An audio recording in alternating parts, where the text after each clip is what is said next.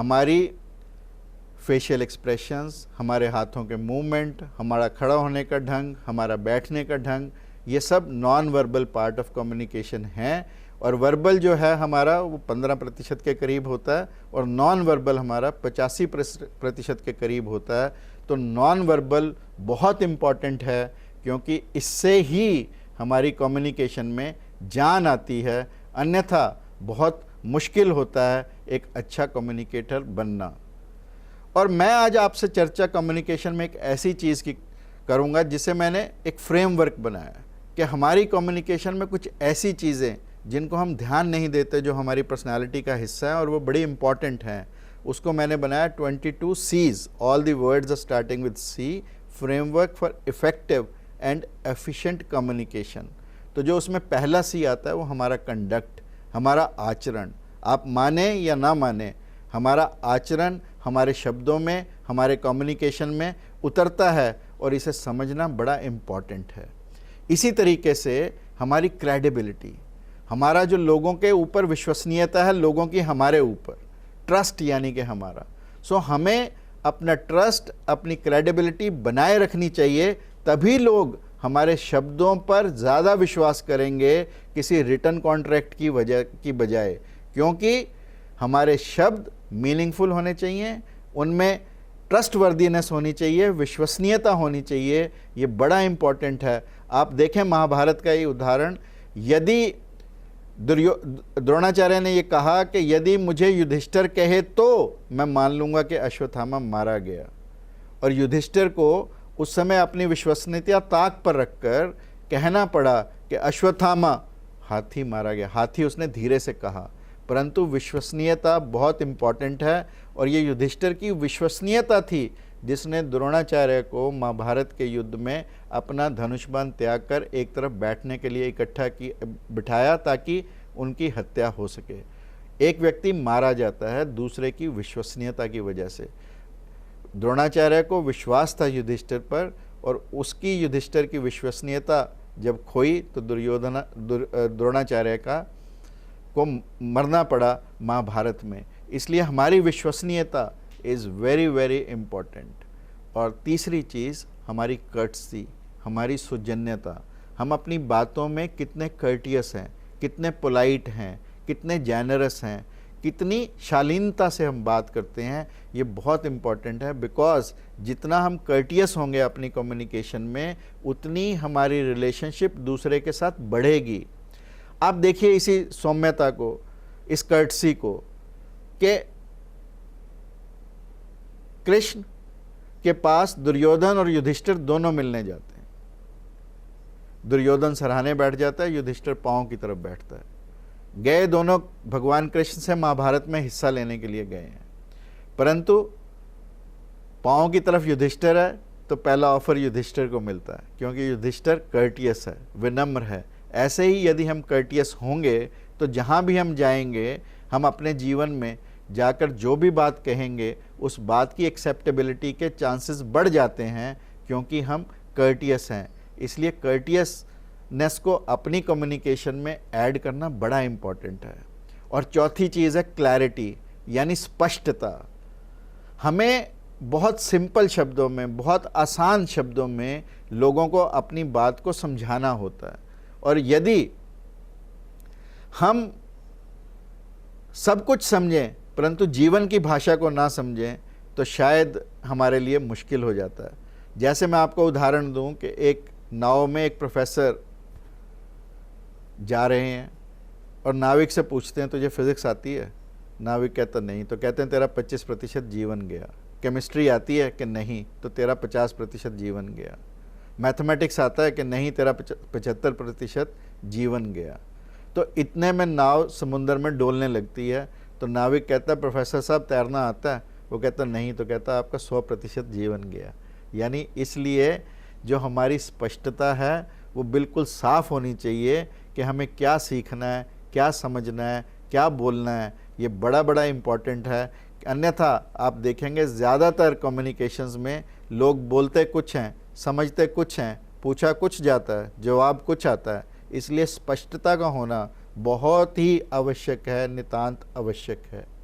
पांचवी चीज़ करेक्टनेस, यथार्थता, विशुद्धता, ये बहुत इम्पॉर्टेंट है और ये हमारा दूसरे के अंदर विश्वास जगाती है। It builds confidence and that is why correctness is very important कि हम जो भी कम्युनिकेट करें उसमें करेक्टनेस होनी चाहिए। कंसिस्टेंसी यानी अविरोध, इससे स्टेबिलिटी आती है। We do not get medals for running half the race, इसलिए हमें लगातार प्रयत्न करते रहना और अपनी कम्युनिकेशन में भी चीज़ों को बार बार समझाने का प्रयास करना चाहिए जब तक किसी दूसरे व्यक्ति को समझ में ना आ जाए। और जितनी हमारी कंसिस्टेंसी होगी जीवन में, उतना हमारा जीवन सफल और सार्थक बनता है।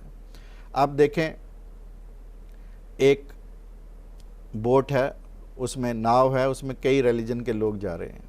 नाव डगमगाने लगती है, डोलने लगती है, तो जो अल्लाह का प्रिय है वो अल्लाह को पुकारता है, जो क्राइस्ट का प्रिय है वो जीसस को पुकारता है, जो ज़ोराष्ट्र का प्रिय है वो उसे पुकारता है।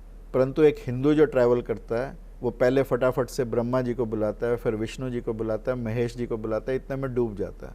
फिर भगवान से गिला करता है कि सबके भगवान बचाने आए पर तुम मुझे क्यों नहीं बचाने आए। तो भगवान कहते हैं तेरे में कंसिस्टेंसी नहीं थी।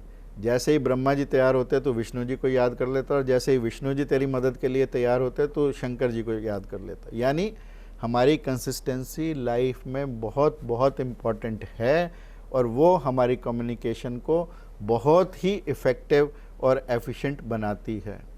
कंक्रीटनेस, सातवीं चीज़ है कंक्रीटनेस। ये हमारे अंदर कॉन्फिडेंस रीबिल्ड करती है, रीइंफोर्स करती है। यानी हमारी बातों में कंक्रीटनेस होनी चाहिए, जो हम कहें उसका मतलब होना चाहिए, बिना मतलब की बात हमें नहीं करनी चाहिए। और फिर है कंसाइसनेस यानी संक्षिप्तता। It saves time.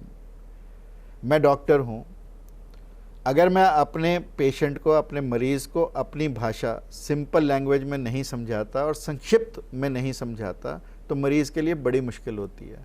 मान लो मैं किसी मरीज़ को कहता हूँ कि ये नीली गोलियाँ तेरे पेट के लिए हैं, हरी गोलियाँ तेरे लीवर के लिए हैं, पीली गोलियाँ तेरे स्प्लीन के लिए हैं, संतरी गोलियाँ तेरी किडनी के लिए हैं और लाल गोलियाँ तेरे ब्लैडर के लिए हैं, तो मरीज़ कंफ्यूज ही होगा। तो मरीज़ चलते हुए मुझे यही कहेगा कि I hope the pills understand, कि मुझे लगता है कि अगर पिल्स को यानी गोलियों को भाषा ये समझ में आ जाएगी तो वो ठीक जगह पर चली जाएं। मेरी समझ में तो ये बात आई नहीं। इसलिए we have to be very very concise, very very संक्षिप्त भाषा में हमें बताना चाहिए। ये बहुत महत्वपूर्ण है। 9वां, क्लेवरनेस। हमारी कम्युनिकेशन में थोड़ी सी चतुराई ज़रूर रहनी चाहिए ताकि हम अपनी बात को कन्वे कर सकें। डेमोस्थेनीज का आपने नाम सुना होगा, यूरोप का बहुत बड़ा विचारक था। वो एक कहानी अक्सर कहा करता, जहाँ भी जाता क्राउड में लोगों में बात करने के लिए, तो वो कहता कि एक व्यक्ति था, उसने गधे को बेचा। जिस व्यक्ति ने गधे को खरीदा वो साथ लेकर चला, तो रास्ते में जब धूप आई तो छाया में जो मालिक था वो बैठने लगा। तो खरीदने वाले ने कहा कि मैंने गधा खरीदा तो छाया भी साथ में खरीदी है। तो दोनों में विवाद बढ़ गया। वो कहता है कि मैंने गधे को बेचा, छाया को नहीं बेचा। वो कहता है मैंने छाया भी खरीदी है गधे के साथ, और ये विवाद बढ़ता चला जाता है और इस विवाद को खड़ा करके डेमोस्थेनीज चुप हो जाता। अब लोग कहते कि क्या हुआ उस विवाद का, तो डेमोस्थेनीज कहता कि तुम गधे और गधे की छाया में ज़्यादा इंटरेस्टेड हो बजाय इसके कि अपने जीवन के। ये उसका कहने का ढंग था कि हमें अपने जीवन से ज़्यादा परिचित होना चाहिए, ज़्यादा जानना चाहिए, बजाय इसके कि हम आलतू फालतू की इतनी बातों को जानने का प्रयास करते हैं।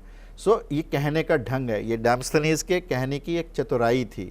इसी तरह से कहने में करेज होना चाहिए, साहस होना चाहिए। It is better to die standing than live your whole life on knees. It is so very important कि हम करेज से, साहस से अपनी बात को कहें, और ये हमारी कम्युनिकेशन का एक बहुत ही महत्वपूर्ण हिस्सा है कि हम साहसी ढंग से अपनी बात को कहें। फिर हमारा चरित्र, कैरेक्टर इज़ वेरी इम्पॉर्टेंट। यानी man of genius are admired, man of wealth are envied, यानी उनसे ईर्ष्या की जाती है जिनके पास धन है। Man of power they are feared, जिनके पास ताकत है लोग उनसे डरते हैं। But man of character are trusted. And it is so very important कि हमारा चरित्र, हमारे कम्युनिकेशन, जो भी बात हम कहते हैं, ऐसा क्यों होता है कि कुछ लोगों की बात हम फट से मान लेते हैं और कुछ लोगों की जीवन भर नहीं मानते। ये हमारे चरित्र पर निर्भर है कि कहने वाला कौन है। बात वही है, परंतु कहने वाले के ऊपर हमारी बात डिपेंड करती है कि हम क्या हैं। और 12वीं बात कि हमें कॉमनर, एक सामान्य व्यक्ति बनकर अपने जीवन में रहना चाहिए। ज़्यादा तड़क वाला, भड़क वाला जीवन कभी भी दूसरों के अंदर विश्वास नहीं जगाता। The miracle is not to fly in air और walk on water, but to walk on earth. It is very very important in life. इसलिए हमें कॉमनर बन के कम्युनिकेट करना चाहिए, लोगों को बात ज़्यादा समझ में आती है। कमिटमेंट, हमारी विश्वसनीयता। Take up one idea, make that idea your life, think, dream and live on it. ये विश्वसनीयता हमारे अंदर बनी रहनी चाहिए, ये कमिटमेंट हमारा रहना चाहिए। आप देखें हरिदास जी का कमिटमेंट, बहुत बड़े संगीतज्ञ हुए, तानसेन के गुरु थे। उनकी क्या कमिटमेंट थी कि यदि मैं किसी से सीखूंगा संगीत की कला तो भगवान कृष्ण से, जो संगीत के सबसे बड़े कलाकार थे। और ऐसी कमिटमेंट लाइफ में जब हम पैदा करेंगे तो निश्चित रूप से हमारा कम्युनिकेशन बहुत अच्छा होगा। एकाग्रता, कंसंट्रेशन बहुत महत्वपूर्ण है। The sharper it is, the sharper you are. और जितनी एकाग्रता से, जैसे अब मैं बोल रहा हूँ, तो अगर मैं अपने बोलने में एकाग्र नहीं हूँ, मैं अपने पढ़ने में एकाग्र नहीं हूँ, मैं अपने में लिखने में एकाग्र नहीं हूँ, तो कभी भी मेरी लेखनी में, मेरे बोलने में भगवान उतर ही नहीं सकता। भगवान भी मेरी तब सहायता करेगा जब मैं फुली कंसंट्रेटेड हूँ अपनी जॉब के लिए, अपनी कम्युनिकेशन के लिए। और 15वीं चीज़, शांत स्वभाव, कामनेस। अक्सर लोग, हमें स्टेज फोबिया होता है। जैसे ही हम बोलने के लिए जाते हैं हमारे होंठ थरथराने लगते हैं, हमारी आंखों में पानी आने लगता है, हमारे हाथ कांपने लगते हैं, टांगें कांपने लगती हैं। तो शांत होना, be like a duck, calm on the surface, paddling underneath. नीचे नीचे सब कुछ तेज़ी से चलता रहना चाहिए, पर ऊपर से शांत बने रहना चाहिए। इसके लिए 3 गेट टेस्ट है। Are this truthful, whatever I am saying, is it truthful, is it necessary to say, and are my words kind. ये बड़ा इम्पॉर्टेंट है अपने आप को शांत रखने के लिए। 16वीं चीज़, आपका आत्मविश्वास, आपका confidence. Eagles do not flock, you have to find them one at a time. ये आत्मविश्वासी था भगत सिंह का कि असेंबली में, सेंट्रल असेंबली में बम फेंका, खाली जगह पर फेंका, किसी को नुकसान ना हो, और फिर भागने का कोई प्रयास नहीं किया, वहीं खड़े होकर अपने आप को गिरफ्तार करवाया। ये भगत सिंह का आत्मविश्वास था। और यदि आप भगत सिंह की लेखनी देखें, भगत सिंह की स्पीचेस को सुने, तो आपको समझ में आएगा कि कम्युनिकेशन में आत्मविश्वास की क्या आवश्यकता है। ऐसे ही common sense. You see, common sense is one sense which is called common sense, but is very uncommon. बहुत ही ज़्यादा अनकॉमन है ये कॉमन सेंस, और कॉमन सेंस का होना अति आवश्यक है, अन्यथा ये हमें बर्बादी के कगार पर ले जाती है। मैंने एक छोटी सी कहानी सुनी कि एक लोहार था, उसका एक असिस्टेंट था, और उसने कहा कि जब मैं सिर हिलाऊं तो तब तुम इस पर हथौड़ा मार देना। अब उसने क्या समझा, हथौड़ा मारना तो लोहे पर था, लोहा गर्म था, तो उसने कहा कि जैसे ही मैं सिर हिलाऊं तब तुम हथौड़ा मारना। अब वो समझने वाले ने क्या समझा कि जैसे ही मैं सिर हिलाऊं तू हथौड़ा मारना, यानी मेरे सिर पर हथौड़ा मारना। वो उसके सिर पर हथौड़ा मार देता है। ये हमारा सामान्य बोध, हमारी कॉमन सेंस, ये बड़ी इम्पॉर्टेंट है हमारे कम्युनिकेशन में। और 18वीं चीज़ जो मैं आपसे चर्चा करना चाहता हूँ वो है कंपैशन, यानी हमारी सहानुभूति। हमारे शब्दों में संवेदना झलकनी चाहिए, हमारे शब्दों में सहानुभूति झलकनी चाहिए। यदि आज मानवता, जैसे आज का जो काल है, जिसे हम कोरोना काल कह रहे हैं, एक महामारी का काल कह रहे हैं, ऐसे काल में सहानुभूति की, संवेदना भरे शब्दों की नितांत आवश्यकता है। और यदि हमारे शब्दों में संवेदना नहीं झलकती तो चाहे हम कितना भी अच्छा करने का प्रयास करें, दूसरा व्यक्ति हमारे शब्दों पर विश्वास कभी भी नहीं करेगा। ये बहुत इम्पोर्टेंट है। कन्विक्शन, हमारे अंदर कन्विक्शन बहुत ही स्ट्रांग होना चाहिए और कमिटमेंट, वचनबद्धता। गणेश शंकर विद्यार्थी जिन्होंने अन्याय के खिलाफ लड़ाई लड़ी अपनी लेखनी के माध्यम से, और अंततः उनकी कमिटमेंट ने, उनके करेज ने उनकी जान ली, परंतु वो अपने शब्दों से पीछे नहीं हटे। ऐसा कमिटमेंट, ऐसी वचनबद्धता हमें चाहिए। और 21वीं चीज़ शॉवनिस, यानी हमारे अंदर राष्ट्रीयता। और इस राष्ट्रीयता के चलते अनेकों लोगों ने अनेकों कुर्बानियाँ दी, परंतु अपनी बात को, अपने वचनों को नहीं बदला। ये बहुत इम्पॉर्टेंट है कि जो कहा उस पर टिके रहना, उस पर अटल बने रहना। ऐसे ही जो भी हम कहें, जो भी हम कम्युनिकेट करें, उसको परमात्मा को अर्पित करना, ईश्वर के प्रति वचनबद्धता। एक अपने आप के प्रति, अपने समाज के लिए, अपने राष्ट्र के लिए, और फिर ईश्वर के लिए। यानी आप देखो, अकबर ने तानसेन से एक बार कहा कि तानसेन तू इतना अच्छा गाता है, तो तेरा गुरु कितना अच्छा गाता होगा, चल एक बार तेरे गुरु से मिलने चलते। और उसने कहा कि मेरा गुरु ऐसे नहीं गाता, मेरा गुरु को जब लोर लगेगी वो तब गाएगा, हमें इंतज़ार करनी पड़ सकती है। अकबर ने कहा कोई बात नहीं, हम इंतज़ार करेंगे। और वो इंतज़ार करी। जिस दिन बैठे बैठे कुछ समय हुआ तो हरिदास ने अचानक से गाना शुरू किया, और जो हरिदास ने गाया उसी समय मेघ उमड़ आए, बारिश होने लगी। तो अकबर ने कहा कि तानसेन, मैं तो तुझे ही बहुत अच्छा समझता था, परंतु तेरे गुरु का तो बिल्कुल रूहानी गाना है। ऐसा कैसे कि तू उसी गुरु का चेला, तेरी तो आज मुझे लगता है कि बोना हो गया तू, तेरी तो बहुत ही कम तेरे अंदर संगीत की जानकारी है। तो तानसेन ने कहा देखो, फ़र्क है दोनों में।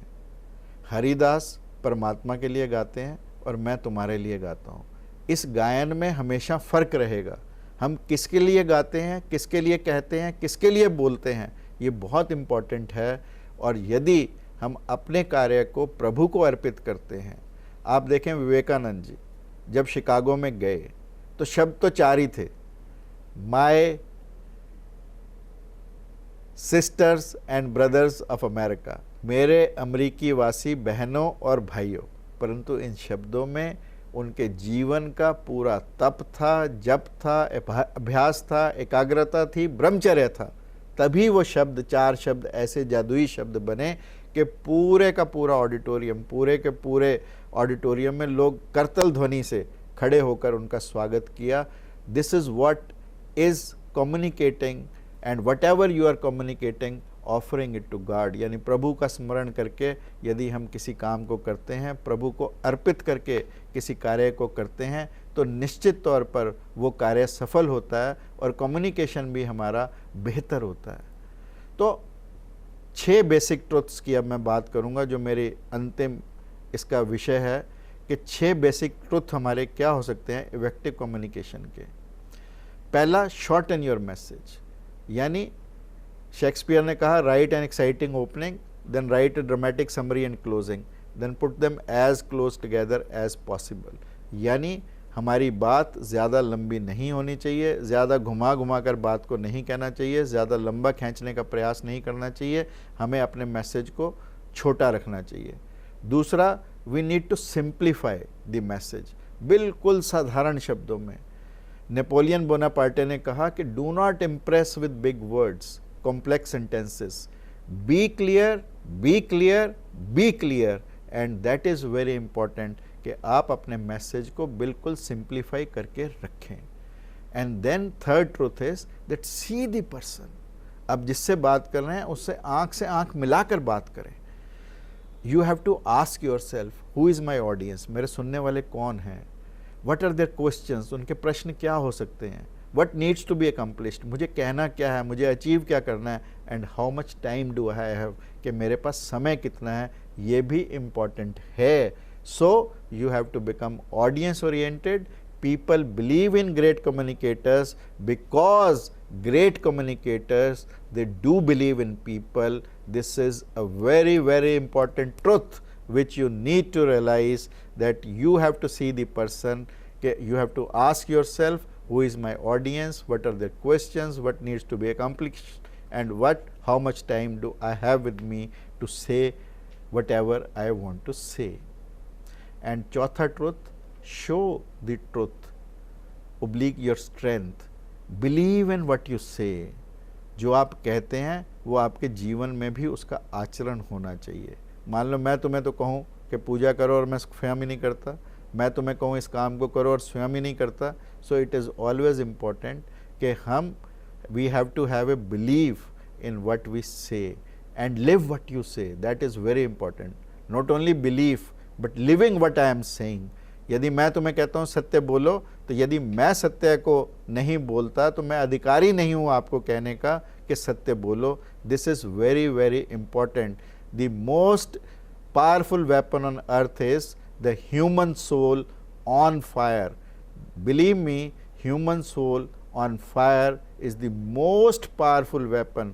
आप कोई भी शास्त्र इसके मुकाबले का नहीं है, कोई भी शस्त्र अस्त्र इसके मुकाबले का नहीं है than the human soul on fire. So it is very important कि हम जो कुछ कहें उसे जिएं. Then seek a response. Like my talk is going on, I am getting responses. It is very important कि I look at these responses and mold my communication or mold my matter according to whatever people are wanting. It is so very important to seek a response. It is to give something to feel, something to remember, something to do. This is very important कि जब भी हम कुछ communicate करें, हम कोई carry home message, कोई लोगों को समझने की चीज़, लोगों को याद करने की चीज़, लोगों को फील करने की चीज़, लोगों के कुछ करने की चीज़ ज़रूर छोड़ कर जाएँ. And truth 6 is the sincerity. You see, जितनी सिंसैरिटी हमारे अंदर होगी. अब महात्मा गांधी की सिंसैरिटी देखिए कि थर्ड क्लास में, इतने बड़े नेता होने के बावजूद भी ट्रेन में थर्ड क्लास में ट्रैवल करते थे. किसी ने कहा महात्मा जी आप थर्ड क्लास में ट्रैवल करते हैं? उसने कहा मैं थर्ड क्लास में इसलिए ट्रैवल करता हूँ क्योंकि कोई चौथी क्लास नहीं है, कोई चतुर्थ श्रेणी नहीं है. There is no fourth class, therefore I travel in class 3. ये व्यक्ति की सिंसैरिटी होती है once you are leading people. Now how to improve your communication in very short, that be clear as well. Simplicity and clarity, they are the buzzwords for any communication. So be clear as bell. Remember simplicity and clarity. These are the two buzzwords for communication. Refocus your attention. Check your focus, whether it is on you, your material, your audience, and if it is not people, you need to change. You see, most of the times I find teachers going to the class just reading out whatever is written in the book or whatever is written in the notes. It is not fair enough. We have to shift our focus to the students or to the people whom we are communicating. Our focus needs not to be on the on myself, my material. It has to be on my audience, and this is very very important. And then you have to live your message. That is a very very important part of communication, that you have to live your message. And in the end I like to say, मैं हूँ अश्क तुम्हारी आँखों का. अश्क means आंसू. मैं हूँ अश्क तुम्हारी आँखों का, जब जी चाहे बहा देना. आंसू एक ऐसी चीज़ है कभी भी बहाई जा सकती है. मैं हूँ अश्क तुम्हारी आँखों का, जब जी चाहे बहा देना. एक लफ्ज़ हूँ तुम्हारी कहानी का, क्योंकि तुम्हारी कहानी बहुत बड़ी होने वाली है सबकी. पता नहीं कौन क्या बनेगा जीवन में, सबकी कहानी लंबी होगी. ऐसी मेरी प्रभु से प्रार्थना है.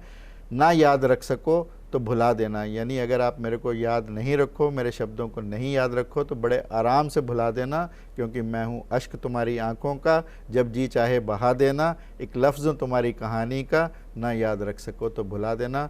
Thank you very much for listening me patiently, and we finish with our talk today on communication skills.